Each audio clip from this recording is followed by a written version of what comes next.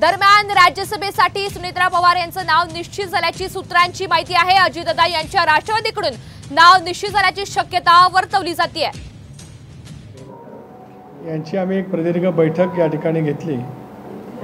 त्यानंतर आम्ही पक्षाचे प्रवक्ते, सोशल मीडिया यांची भेट घेतली।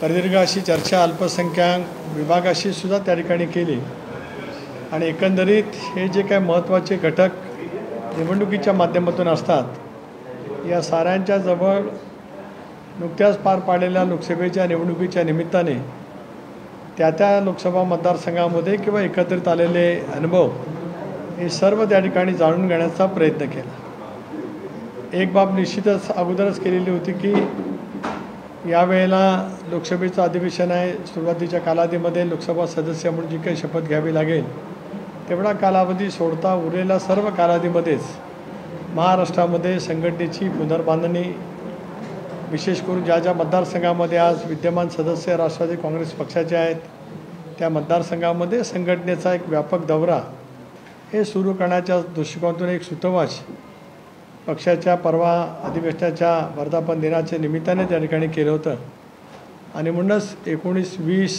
21 असे 3 दिवस नगरपासून मी माझ्या राज्यव्यापी दौऱ्याची सुरुवात त्या ठिकाणी करतो आहे। काही पक्षप्रवेशसुद्धा त्या ठिकाणी आहेत वेगवेगळ्या राजकीय पक्षाचे आणि त्याचबरोबर ती नगर जिल्ह्यांतील आढावा त्या ठिकाणी घेत असतानाच नगर शहरामध्ये सुद्धा राष्ट्रवादी काँग्रेस पक्षाचे आमदार आहेत,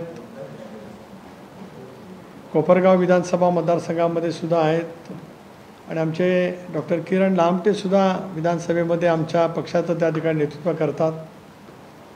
लोकसभा मतदारसंघाचे सुद्धा 2 नगर जिल्ह्यामध्ये भाग आहेत, एक दक्षिण नगर आणि एक नगर शिर्डी लोकसभा मतदारसंघ।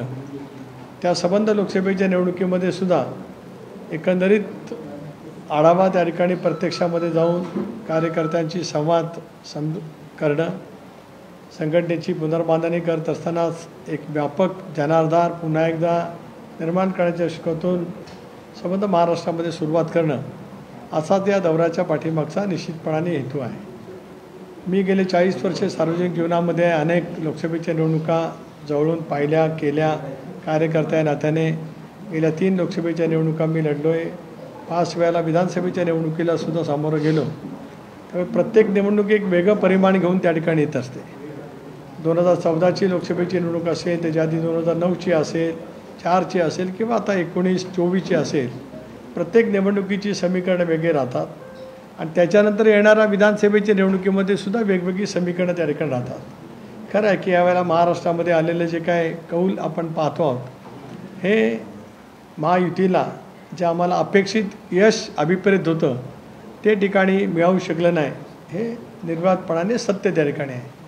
आम्ही जनतेने दिलेला कौल हा पूर्णपणाने त्या ठिकाणी स्वीकारलेला आहे आणि हे स्वीकारत असतानासुद्धा नेमकं काय काय घडलेलं आहे ज्याचा उल्लेख वेगवेगळे राजकीय नेतेसुद्धा त्यांच्या या सगळ्या संबंधांमध्ये करत असतात आणि फार मोठ्या प्रमाणावरती अल्पसंख्याक समाज असेल, मागासवर्गीय समाज असेल, आदिवासी समाज असेल, हा सगळा आमच्यापासून एकंदरीत निवडणुकीच्या माध्यमातून दूर गेलेला पाहायला मिळू शकला।